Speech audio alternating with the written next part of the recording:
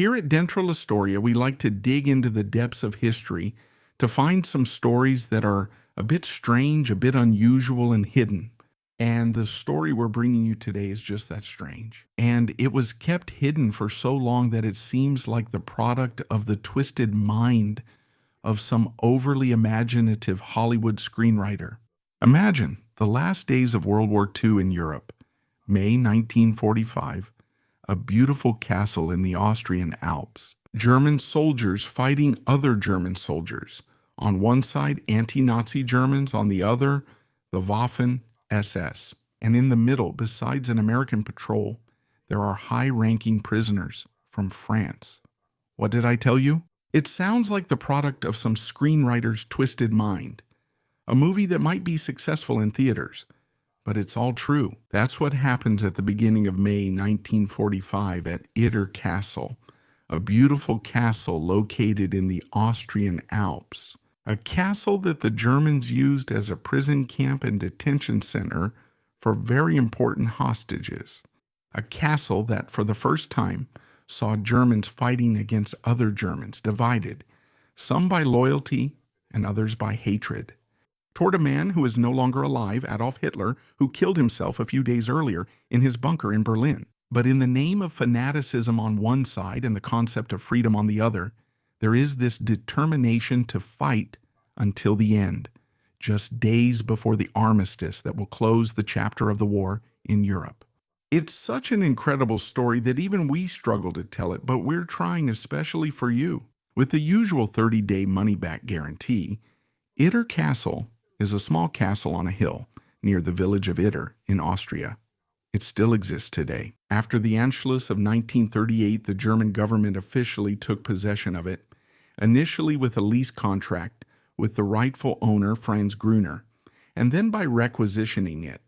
The requisition order was signed by an SS general, Oswald Pohl, who did not act alone. He had a mandate signed by Heinrich Himmler, the Reichsführer SS, who on February 7, 1943, decreed the transformation of Itter Castle into a facility placed under the administration of the Dachau concentration camp. Itter Castle became a sub-camp, a detachment where high-profile prisoners, very valuable hostages for the Nazi Reich, were held. Do you want some names? The former prime ministers, Édouard Daladier and Paul Reynaud. The former marshals of France, Maxime Weygand and Maurice Gamelin. Charles de Gaulle's older sister, Marie-Agnès de Gaulle. The member of the French resistance, François de la Delaroque. The Union leader, Léon Jouot. Even a tennis player, Jean Borotra. These are some of the high-ranking prisoners held there at Hitler's castle, along with a certain group of Eastern European prisoners sent from Dachau, who at the castle were assigned to maintenance and heavy labor. For over 2 years, from April 25, 1943, until the end of April 1945, the castle served this purpose. But when the American troops began to approach, climbing up the mountains, coming from Italy or Bavaria, something started to change. That something is the escape of a prisoner. His name is Zvonimir Cuscovich. On May 3, 1945. He escapes from prison. He escapes in a very simple way. Cuscovich is one of those prisoners from Eastern Europe we were talking about, assigned to maintenance with the guards in front of the castle gate. Cuscovich simply says he has an errand to run on behalf of the detachment commander, Sebastian Wimmer, down in the village. He needs to go get some materials. These are very chaotic days for the German troops. The news of Hitler's death has begun to spread in what remains of what was supposed to be the 1,000-year Reich, but in reality lasted much, much less. The sentries believe Cuscovich and let him go. Cuscovich walks the distance to the city of Virgil, 8 kilometers. It's down below. A downhill road, easy. Cuscovich doesn't run, also because he doesn't have enough strength to handle the physical effort. He walks at a good pace, arriving in the city, and he finds it occupied by German troops. But they're not SS. It's the Heer, the army.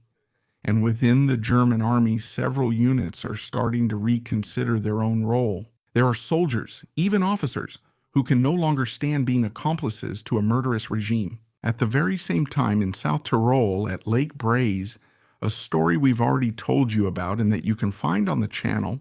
A detachment of the German army surrounds and disarms the SS guards, watching over the other high-ranking hostages, who will then be handed over to the Americans 2 days later. Cuscovich finds an opportunity to speak with some German officers, including Major Joseph Gangl. Gangl is anti-Nazi. The men who follow him are with him. He has already made contact with both the local resistance and the Americans who are on their way. What happens shortly after? Gangl learns from Cuscovich that there is a risk at Itter Castle, a risk tied to those prisoners and to guards who could suddenly go mad and carry out a massacre. But there is also another risk. The risk is that other units might arrive.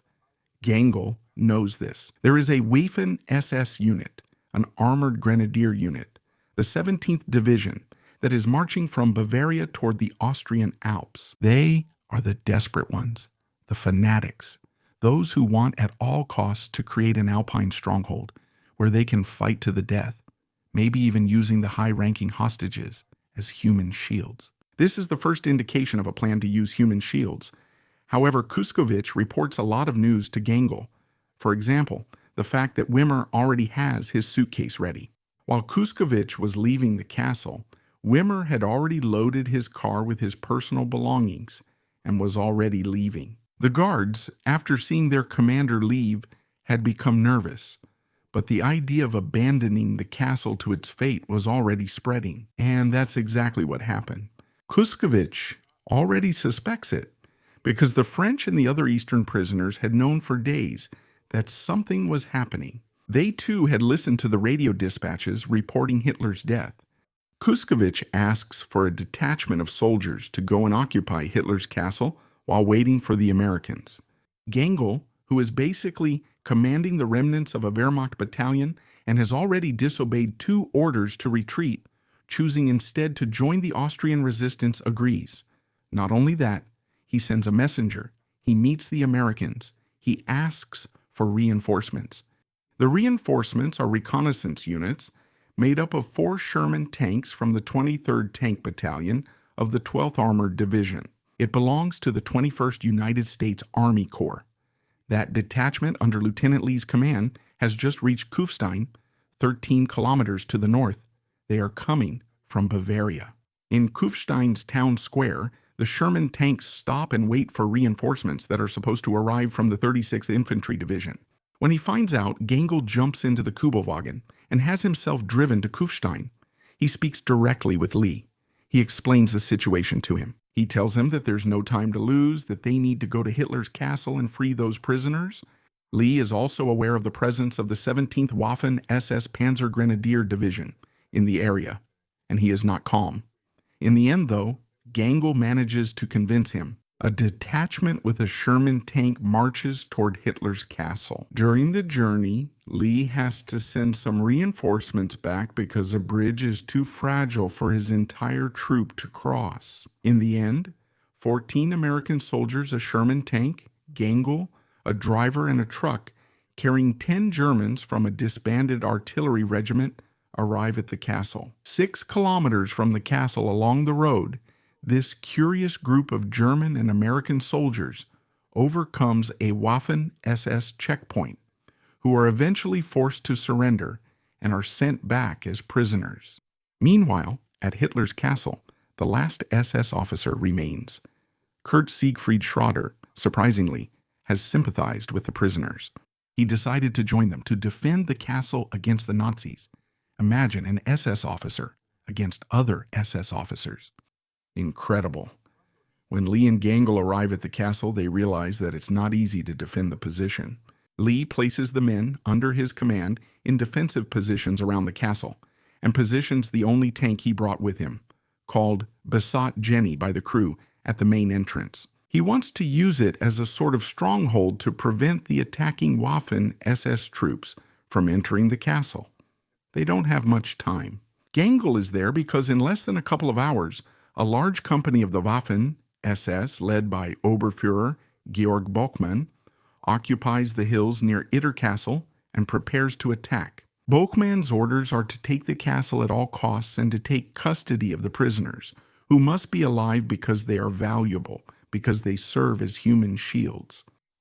Lee is aware of all this, and so is Gangel. The two officers order the French prisoners to hide, to seek shelter, but many of them don't want to. In fact, they want to fight alongside the American soldiers and the rebel Germans. At first, the Waffen-SS probe the defenses. They send forward a reconnaissance unit. There's an initial skirmish. Nothing serious. On the morning of May 5th, the real attack begins. The Waffen-SS deploy half-tracks, machine guns, and recoilless guns. They attack from multiple positions. The Sherman supports the barrage fire from the machine guns placed inside the castle for as long as it can, until the only German 88 anti-tank gun pierces it through and puts it out of action. Incredibly, the only occupant of the Sherman at that moment, the radio operator, who was trying to contact the distant American troops, manages to save himself. He doesn't die inside the tank. It's a small miracle, but it's only the first in a long series on an incredible day. Hour after hour, the pressure from the Waffen-SS grows stronger and stronger. Gangel is forced to intervene personally to get some of these high-ranking prisoners to safety. One of them is targeted by a Waffen-SS sniper. This target is the former Prime Minister Paul Reynaud, who narrowly escapes a bullet that whistles very close to his ear. Gangel throws himself on Reynaud and tells him to take cover. He can't say another word. A second bullet hits Gangel squarely and kills him. The Major will be the only fatality of the Battle of Itter Castle, a battle that ends in the early afternoon when a relief force from the 142nd Division arrives at the castle. It surrounds the attacking Waffen-SS troops and forces them to surrender. There is something very unusual about this. Accompanying the troops of the 142nd Division is a French-Canadian reporter named René Lévesque. After the war, he will have a successful career and will even become the Prime Minister of Quebec. Lévesque has a special role because when he arrives at Itter Castle, he immediately recognizes Jean Bouratra, the tennis star. Before the war, Lévesque used to write about sports. It's another absurd case in this story, so incredible it seems made up. Yet it's true. At 4 p.m. on May 5th, 1945, the Battle of Itter Castle officially ends. The defenders have fired almost all the rounds they had. The Sherman tank has been destroyed. Major Gangel is dead, but all the hostages are alive. The German and American soldiers have some minor injuries. No one is in life-threatening condition. The attacking Waffen-SS have all been captured and sent to a prison camp with their hands behind their heads. For his service in the defense of the castle, he is promoted to captain and receives the Distinguished Service Cross. He will die in 1973. The example of Gangel saving Paul Reynaud's life is honored in Austria, to the point that Gangel is regarded as an Austrian national hero. A street in the nearby town of Virgil is named after him. Popular accounts of the battle have called this episode the strangest of World War II. Nothing like it had ever been seen before, and no one would ever again see Germans in OHR uniforms fighting against other Germans in Waffen-SS uniforms. As for Schrader, the SS officer who sided with the Americans, he would be sentenced to 2 years in prison after being arrested and charged by U.S. forces for his previous affiliation with the Nazi Party. But because of what he did that day at Hitler's castle, arming the prisoners and staying there to fight alongside Gangel, his men, and the Americans, this was considered a reason for a reduced sentence. He died in 1995. The episode at Hitler's castle, little known outside of Austria, is still unique today, something that had never been seen before and will never be seen again. But it also shows how, through the example of Major Gangel, one can rebel against an inhuman dictatorship, even though he had to wear a uniform that at the time required an oath of loyalty to that same inhuman dictatorship. Faced with the moral dilemma, with the question of whether or not to obey orders that were against moral law and natural law, Gangel and his men said no. They did not want to be accomplices any longer. They knew what they were risking. They knew that in case of defeat, the Waffen SS would have no mercy. Like so many others, they would have ended up hanged from the trees or the lampposts of the nearby city, with a sign around their neck that would read, "I am a traitor to the German army. I rebelled against orders. I am a traitor to the National Socialist cause." Gangel paid for his choice with his life, but it was a choice of freedom and of staying true to the authentic values of those who decide to serve a country. His example is remembered in Austria today, and so we too, here in Inside History, want to give him proper recognition for what he did in those days in Austria, in those chaotic days when so many military units were in disarray and there was a risk of everyone fighting against everyone else. Or even worse, that civilians or prisoners would pay the price for the Nazi Reich's final days of madness. Thanks to men like Gangel, none of that happened. And the story of the Battle of Itter Castle, strange, singular, and even absurd as it is, still deserves to be known and studied today.